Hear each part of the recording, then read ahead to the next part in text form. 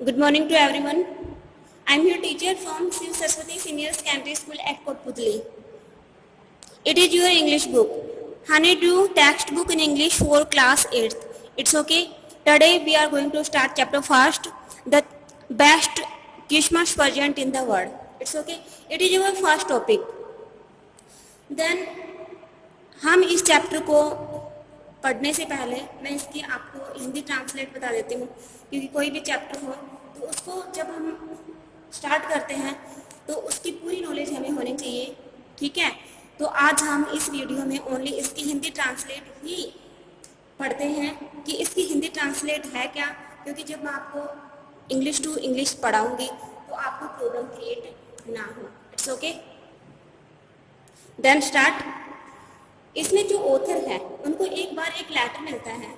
जब उस लेटर को पढ़ते हैं तो उन्हें ये फील होता है कि ये जो लेटर है ये रियल ओनर के पास होना चाहिए। तो इसमें स्टार्टिंग में बताया गया है कि जो ऑथर थे वो एक बार जंक शॉप में गए थे। उन्होंने वहाँ पे एक रोल टॉप डेस्क को देखा और जब उस डेस्क को देखा तो उन्होंने पाया कि वो डेस्क बहुत ही बैड कंडीशन में था, लेकिन वो डेस्क उन्हें बहुत ही सस्ते में मिल रहा था। तो उन्होंने सोचा कि वो उसे खरीद लेंगे और बाद में उसकी मरम्मत करके रिस्टोर कर लेंगे ताकि वो उसको यूज में ला सके। उन्होंने उस डेस्क को खरीद लिया और वो दिन था क्रिसमस का, और उसी दिन से लग गए उसको सही करने में, उसकी जल्द से जल्द मरम्मत करने के लिए। उन्होंने जैसे ही उस डेस्क के डोवर को खोला तो उन्होंने पाया कि मतलब वो डेस्क और रोवर था वो फायर और वाटर के कॉम्बिनेशन से पूर्ण रूप से मतलब डैमेज हो चुका था वो। तभी उन्हें बाद में याद आता है कि जिस व्यक्ति से उन्होंने खरीदा था तो वो व्यक्ति भी कहता है कि मतलब ये डेस्क है ये बहुत ही पुराना है। तो उन्हें भी याद आता है जब वो उस डोवर को खोलते हैं तब, और उन्होंने पाया कि उसमें एक सीक्रेट स्पेस था जिसमें एक स्मॉल टिन बॉक्स रखा हुआ था और उसे बाहर की तरफ निकाला। उन्हें नहीं पता था कि इसमें क्या रखा होगा। जैसे ही उसने खोला तो पाया कि इसमें एक एनवेलोप है या इसमें एक लेटर था और वो जिम के द्वारा लिखा गया था, वो रिसीव किया गया था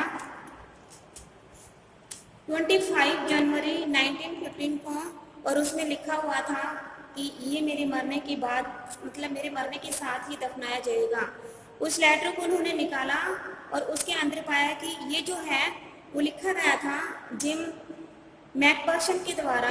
उनकी वाइफ मिसेज जेम मैकपर्सन है जो कि 12 कॉपर ब्रिडपोर्ट पर जाया करती थी, और वो लेटर लिखा गया था दिसंबर 26, 1914 को।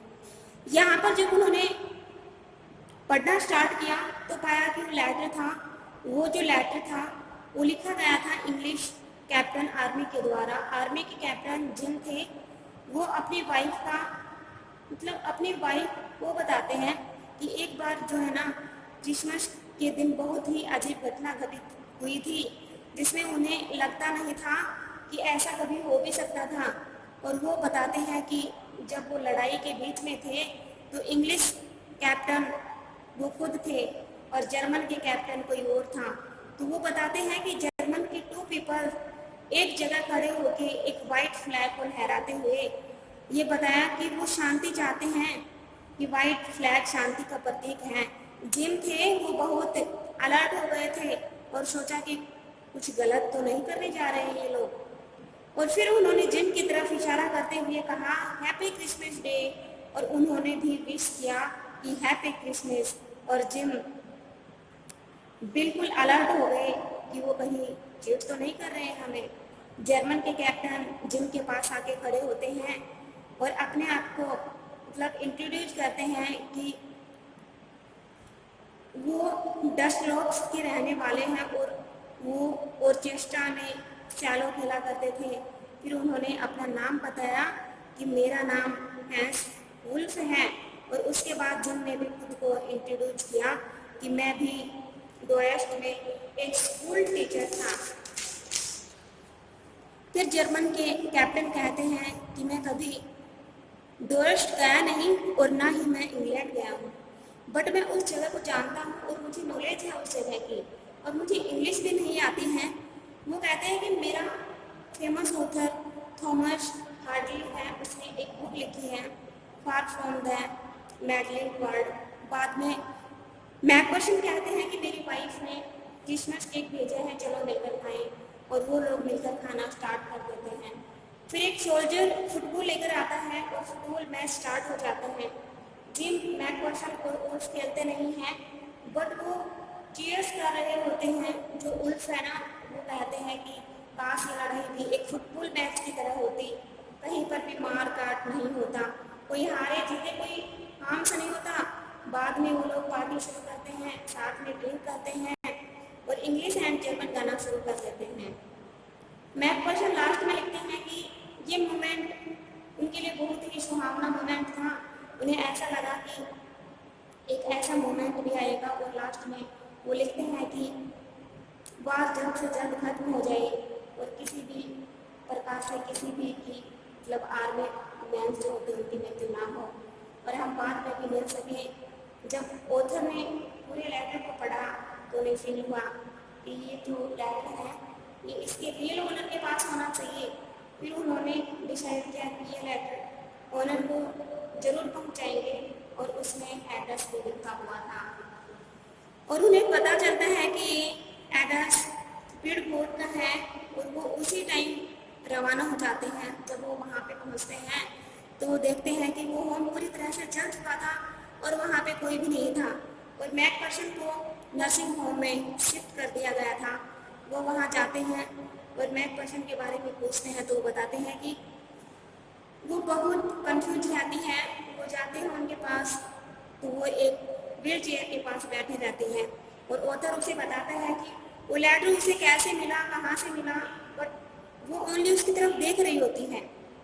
वो कुछ नहीं सुन रही पा रही, मतलब उसे कुछ समझ नहीं आ रहा था, वो कुछ सुन नहीं पा रही थी, ओनली देख रही थी। बट ऑथर को बाद में पता चलता है कि वो ओनली देख रही थी, सुन नहीं पा रही थी। और मिसेज मैकपर्सन की आंखों में आंसू आ जाते हैं। उसे लगता है कि जिम वापस आ गया, और वो उसके चिक पे किस करती हैं और कहती है कि मुझे विश्वास था कि तुम जरूर आओगे, लेकिन रियलिटी तो ये थी कि वो जिम नहीं बल्कि ऑथर था। फिर वो कहती है कि ये मेरी लाइफ में सबसे अच्छा क्रिसमस रहा है, मेरे लिए सबसे खास रहा है, और तुम्हारा आना मेरे लिए गिफ्ट है, और यही इस चैप्टर की स्टोरी है। And we will read this chapter in next part. Thank you.